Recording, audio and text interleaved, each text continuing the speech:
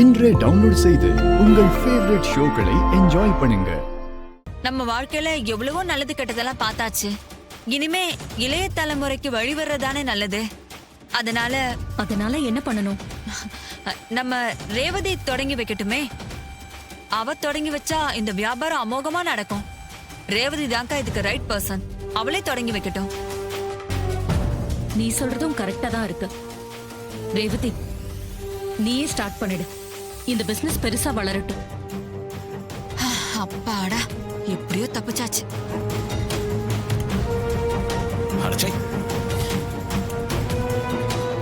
இல்லம்மா, எனக்கு வேண்டாம். நீங்களே யாராவது ஸ்டார்ட் பண்ணி வைங்க. ரேவதி, அம்மா சொல்றால, வா வா ரேவதி, வா. போ ரேவதி.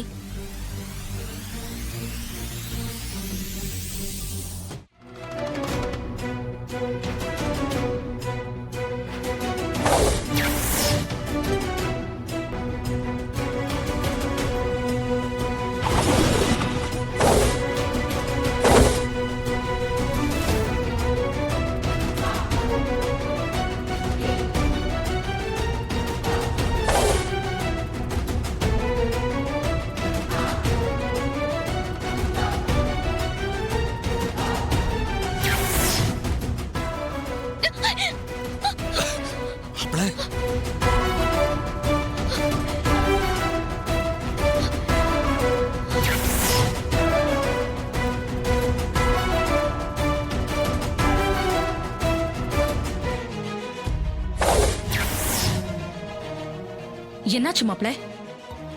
ஏன் ஏதாவது பிரச்சனையா? அந்த லீவர் தொட்டா ஷாக் அடிக்கிற மாதிரி செட் பண்ணி வச்சிருக்காங்க. ஷாக்கா?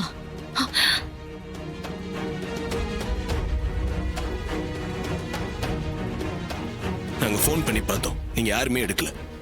நல்ல வேலை, யாரும் தொடல. என்ன மாப்ள சொல்றீங்க? லீவர் தொட்டா ஷாக் அடிக்குமா? ஆமா.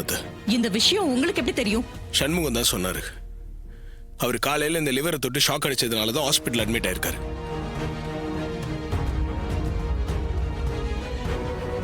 அவர் கண்ணு முழிச்சதுக்கு அப்புறம் தான் விஷயத்தையே சொன்னாரு.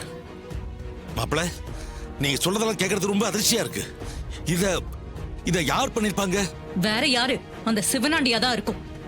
அவன் தான் இந்த மாதிரி கீழ்த்தரமான வேலையெல்லாம் பண்ணுவான்.